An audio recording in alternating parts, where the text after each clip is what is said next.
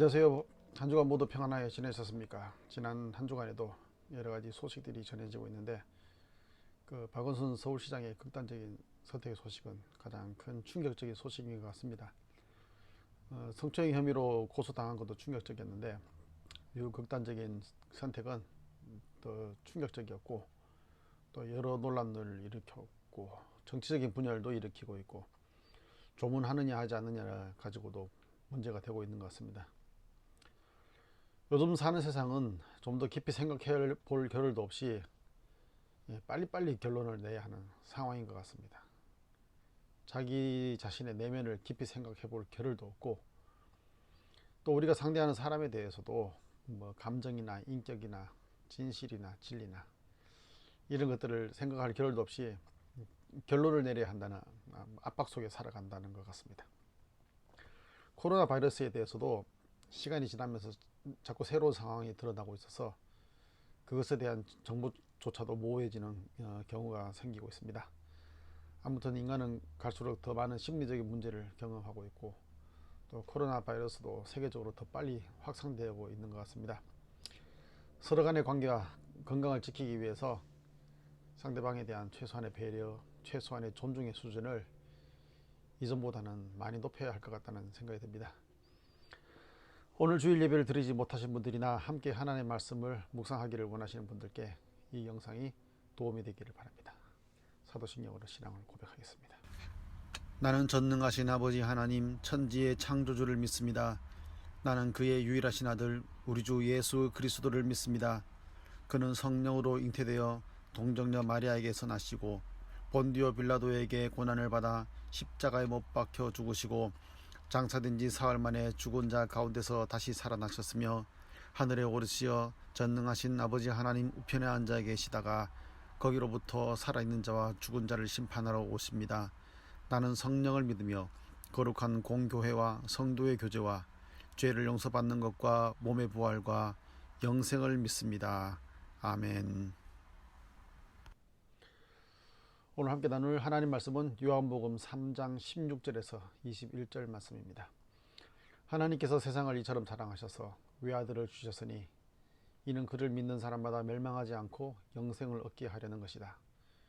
하나님께서 아들을 세상에 보내신 것은 세상을 심판하시려는 것이 아니라 아들을 통하여 세상을 구원하시려는 것이다. 아들을 믿는 사람은 심판을 받지 않는다. 그러나 믿지 않는 사람은 이미 심판을 받았다. 그것은 하나님의 독생자의 이름을 믿지 않았기 때문이다. 심판을 받았다고 하는 것은 빛이 세상에 들어왔지만 사람들이 자기들의 행위가 악함으로 빛보다 어둠을 더 좋아하였다는 것을 뜻한다. 악한 일을 저지르는 사람은 누구나 빛을 미워하며 빛으로 나오지 않는다. 그것은 자기 행위가 드러날까 보아 두려워하기 때문이다. 그러나 진리를 행하는 사람은 빛으로 나온다.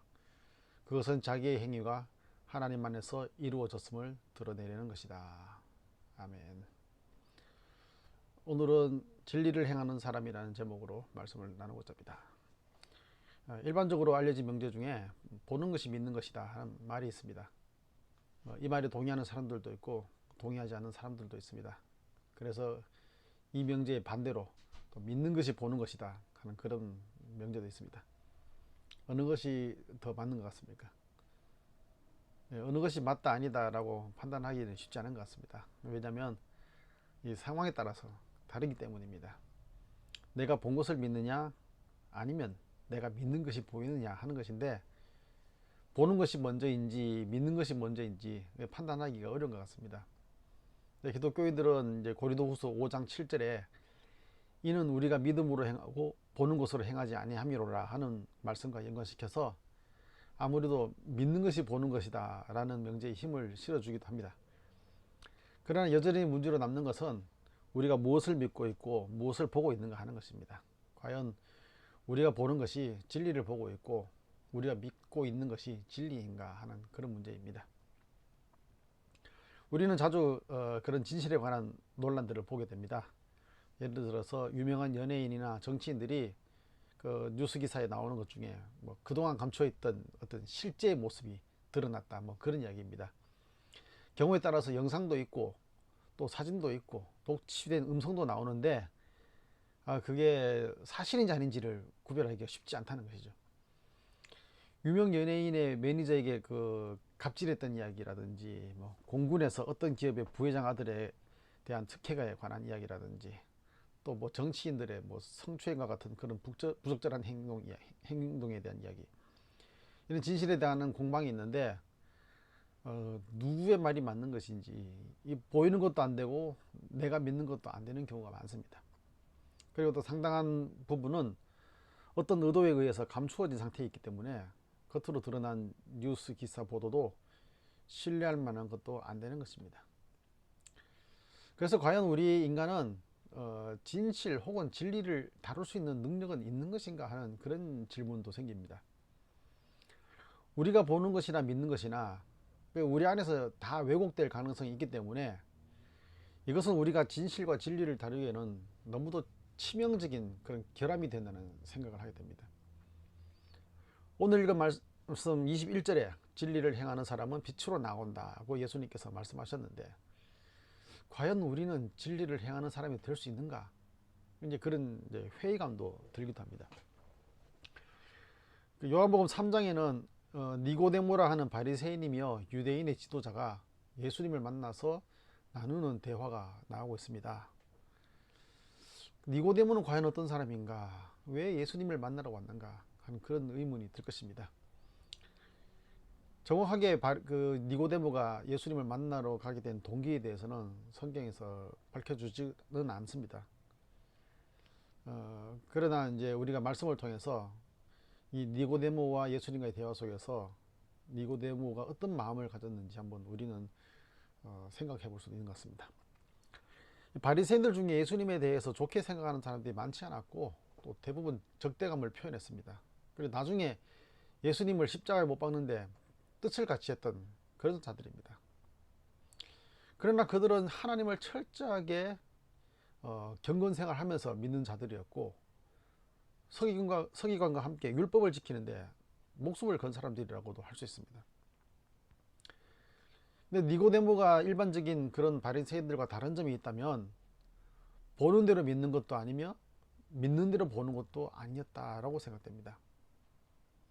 그는 진리가 자신이 보는 것과 자신이 믿고 있는 것보다 더 깊은 곳에 있다는 것을 느낀 사람이라고 할 수 있습니다. 그래서 그는 사람들로 하여금 믿게 하는 뭔가를 보여주신 예수님을 찾아가서 그가 본 곳을 넘어서는 진리에 대해서 이야기를 듣기를 원했던 것 같습니다. 그가 밤에 예수님께 와서, 선생님, 우리는 선생님이 하나님께로부터 오신 분임을 압니다. 하나님께서 함께 하지 않으시면 선생님께서 행하시는 그런 표징들을 아무도 행할 수 없습니다. 라고 했습니다. 니고데모가 본 것과 아는 것, 또 그것에 대한 자신의 믿음의 표현들이 뭐 딱히 문제될 것은 없습니다. 아마도 대부분의 기독교인들은 이 정도의 수준에서 신앙생활을 하고 있을 것이라고 생각됩니다. 어떤 부류의 사람들은 이런 표징들이 있어야 참된 예수님의 제자라고 주장하면서 교회나 목회자의 사활을 이런 표징에다 걸기도 하는데, 겉으로 볼 때는 굉장히 능력이 나타나고 신비한 것 같지만 성경 말씀으로 볼 때 니고데모의 이 언급 정도의 수준이라는 것을 알 수 있습니다. 여기에 혹해서 빠져버리면 그 다음에 나눌 수 있는 주님과의 깊은 대화에 들어갈 수가 없다는 것이죠.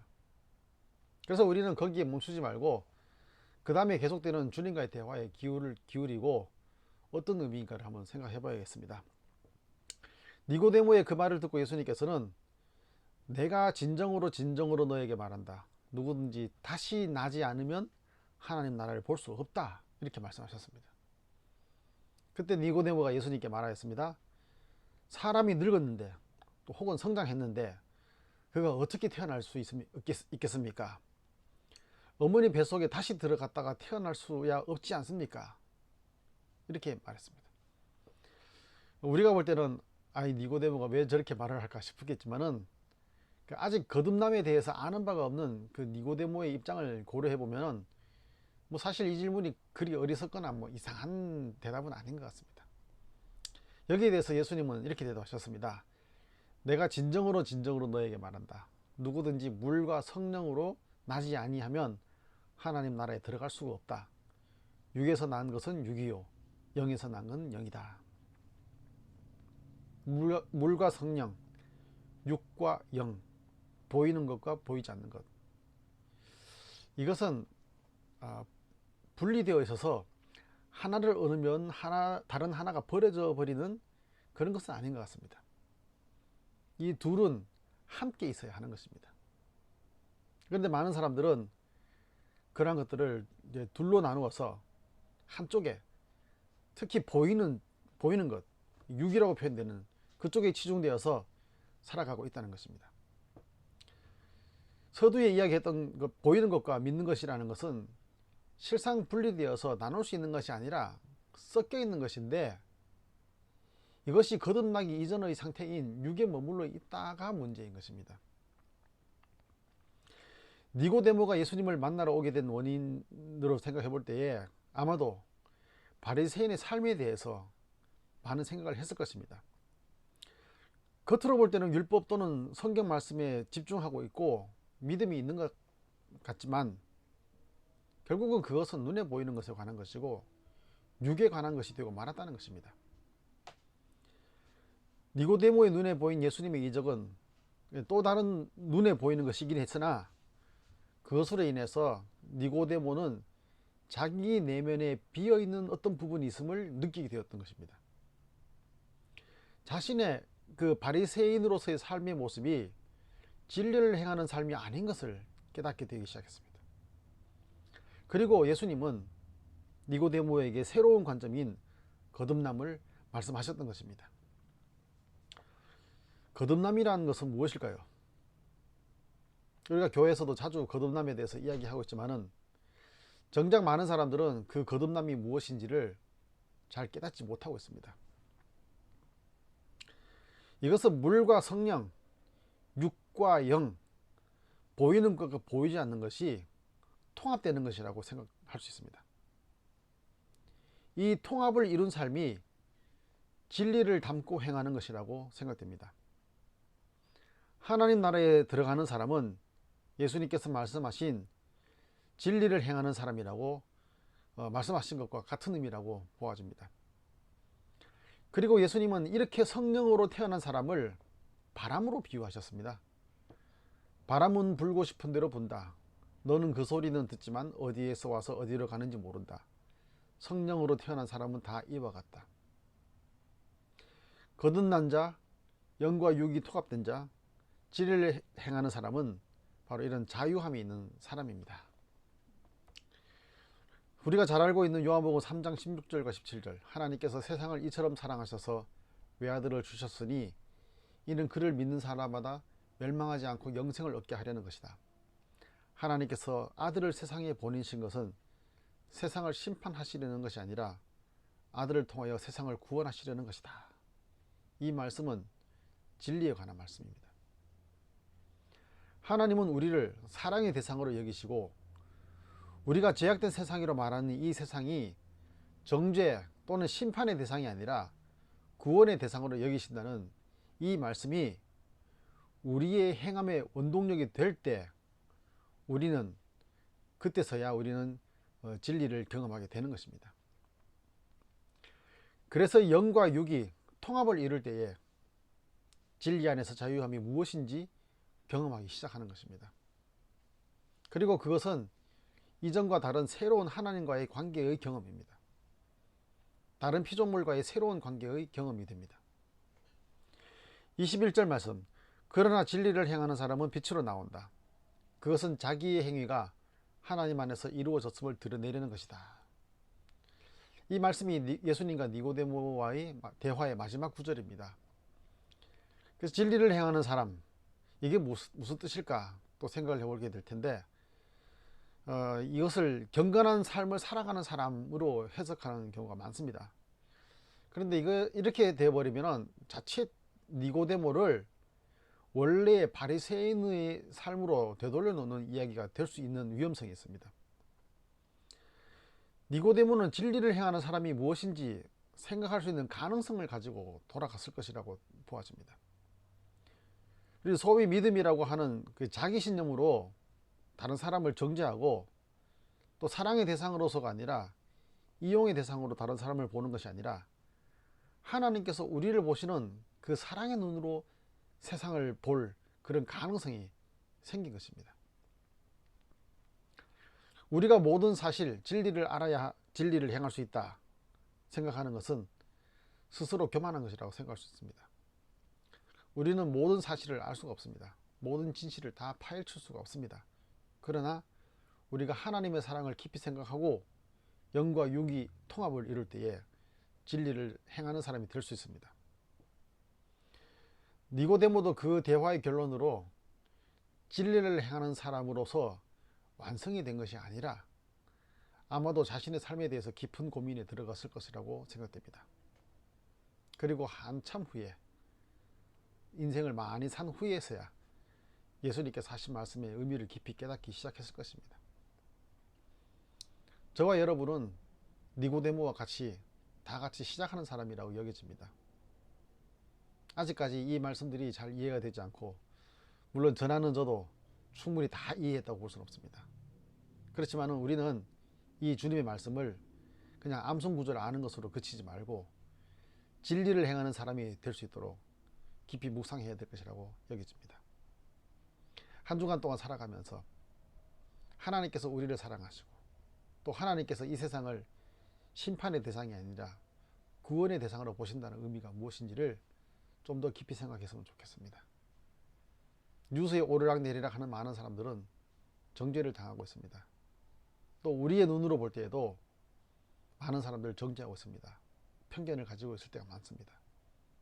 그러한 것이 겉으로만 바뀌는 것이 아니라 우리 속 사람이 그것을 바꿔놓는, 속에서부터 다른 사람을 존중할 수 있는 마음을 가지게 된다는 것이 어떤 경험인지를 우리가 깊이 생각하면서 우리 내면에서부터 그런 진리를 행하는 사람으로서 거듭날 수 있도록 우리가 한 주간 동안도 하나님 말씀 가운데 살기를 소망합니다. 기도하겠습니다.